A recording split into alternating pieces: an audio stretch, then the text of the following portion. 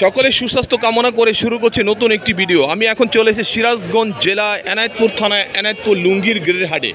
বাংলাদেশের সর্ববৃহৎ পাইকারি এই লুঙ্গির হাটটি এত বেশি জনপ্রিয়, সারা বাংলাদেশের বিভিন্ন বড় বড় প্রতিষ্ঠিত কোম্পানি নয়, ছোট বড় সবাই এখান থেকে মালগুলো সংগ্রহ করে। ঈদের পরে সম্ভবত এটাই ফার্স্ট হাট। এই হাটের কি পরিস্থিতি সেটা আমি আপনাদেরকে দেখানোর চেষ্টা করব।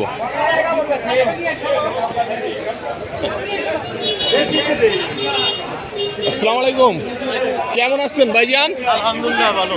তো এইবার 2023 সাল আর 2024 সালে ডিফারেন্স কি ছিল? বেচা কিনা কেমন ছিল আপনাদের? আগে অনেক ভালো ছিল, এখন বর্তমান কম। বর্তমানে লুঙ্গির গ্রেড কম বিক্রি হচ্ছে। ও, এটার মূল কারণটা কি হতে পারে? মৌলিক কেনা বেচা কম, মানুষের হাতে হয়তো টাকা পয়সা এটা সত্য কথা, কিন্তু কম হচ্ছে। মানে আপনাদের তাঁতের যে লুঙ্গিগুলো, আপনি নিজে তো একজন তাঁতি, আর আপনার তাঁতি হইয়া যে আপনার একটা লুঙ্গি বিক্রি করতেছেন, বা আপনার যে ফ্যাক্টরির লোকজন আছে এদেরকে বেতন দিতে হয় না হাজিরা দিতে হয়? এটা প্রতিটা প্রোডাকশনে আপনারা ওদেরকে কত দেন?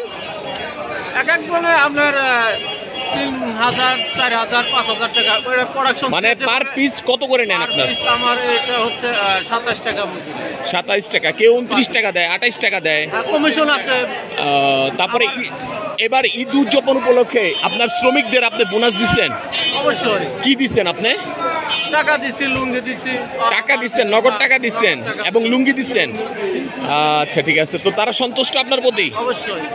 আচ্ছা ঠিক আছে। আর ব্যবসা করে আপনি একটু আনবো না, মানে ব্যবসাটা ভালো হয় নাই। আসসালামু আলাইকুম, ভালো আছেন? এবার পরিস্থিতি কি, ব্যবসার পরিস্থিতি কি ভালো না খারাপ? আলহামদুলিল্লাহ, শুকরিয়া আদায় করছেন, এটা বিশাল বড় ব্যাপার।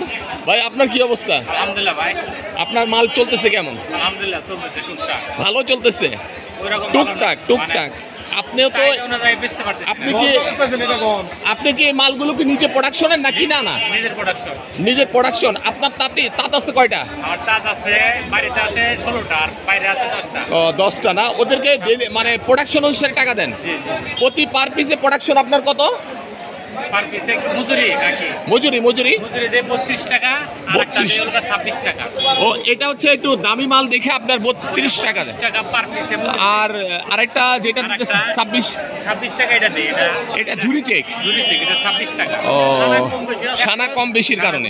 100 রিট আর 120 এর রিট। এটা 120-এর, এটা 120 এর, আর ওটা 100। ওটা 120 এর। তো ভবিষ্যৎ খুব খারাপ, ভবিষ্যৎ আমাদের ব্যবসা মনে হয় টিকবে না। আর এই ব্যাপারে আপনাদের যদি কেউ সহযোগিতা করে, বিশেষ করে একমাত্র সরকার ছাড়া তার সম্ভব না। কিন্তু সরকার তো আমাদের এই কুটির শিল্পের উপর নজরই নাই, কোনো নজরই দিচ্ছে না। আচ্ছা, আমরা যে তাঁত কুটির শিল্প আমরা যে আছি, আমাদের তাঁত যে আছে, ওরা মানে সরকার মনে এটা জানেই না। কিন্তু তারা কিন্তু আমাদের এই পোশাকটা কিন্তু আমাদের ইজ্জত জায়গার ব্যবসা। হ্যাঁ, সরকার আমাদের উপর একটু নজরও দিচ্ছে না, কিন্তু আমাদের অবস্থা তো খুবই শোচনীয়। আপনারা ছোট্ট একটা কথা বলি, বিশেষ করে সারা বাংলাদেশে যে তাঁতি সম্প্রদায় এবং শ্রমিক ইউনিয়ন পরিষদে যারা আছে, গার্মেন্টস সেক্টর, ওয়াশিং, বিভিন্ন রকমের ফ্যাক্টরি, কলকারখানা, সবচেয়ে নিম্ন মানের বেতন দেওয়া হয়, শ্রম দেওয়া হয় এই তাঁতি ভাইদেরকে।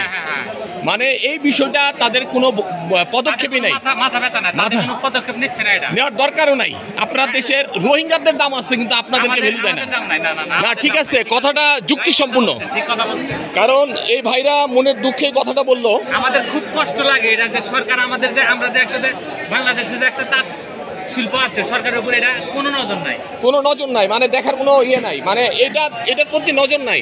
আপনাদের যে প্রতি বছর সরকার থেকে কিছু আসে, এটা পান আপনারা? না, 1 টাকাও পাই না। 1 টাকাও পান না? 1 পয়সাও পাই নাই। আর এটা দুর্নীতি করে মূলত যারা দায়িত্বে আছে তারা। এই দেখেন, প্রত্যেক বাজেটে বিদ্যুৎ বিল বাড়াচ্ছে। আগে আমার 14টা মেশিনে বিল আসছে 15 থেকে 16,000 টাকা, এই মাসে আমার বিল আসছে 36,000 টাকা। তার মানে বিশাল কঠিন অবস্থা, বিশাল কমেছে। ডাবল বিল, বিদ্যুৎ বিল সবাই যেখানে প্রত্যেকটা বিদ্যুৎ বিল প্রত্যেকটার সাথে, কিন্তু এটার দাম তো বাড়ে নাই। এটার দাম বাড়ে নাই, সাবেক রেটে রয়ে গেছে। বাংলাদেশের প্রত্যেকটা জিনিসের মনে করেন যে সবকিছু জিনিসই মানে সাবেক রেটটা, একমাত্র আমাদের কাপড়ের রেটটা সাবেক রেট হয়ে গেছে। 30 টাকা সাবান আমরা কিন্তু 60 টাকা, আমাদের কোনো মাথা ব্যথা নাই। 20 টাকার ওষুধ 40 টাকা, কোনো সমস্যা নাই। Right, right. কিন্তু আমাদের 1600 টাকার কাপড় 1600 টাকায় রয়ে গেছে, 1000 টাকার কাপড় 1000 টাকায় রয়ে গেছে। সুতার দাম আগে কিনছি সুতা কিনছি 17,000 টাকা কার্টন, এখন সেই সুতা কিনতেছি 27, প্রায় 32,000 টাকা কার্টন। তাহলে প্রায় ডাবলের কাছাকাছি এসে গেছে, কিন্তু আমাদের এটা সাবেক রেডি রয়ে গেছে, বুঝছেন?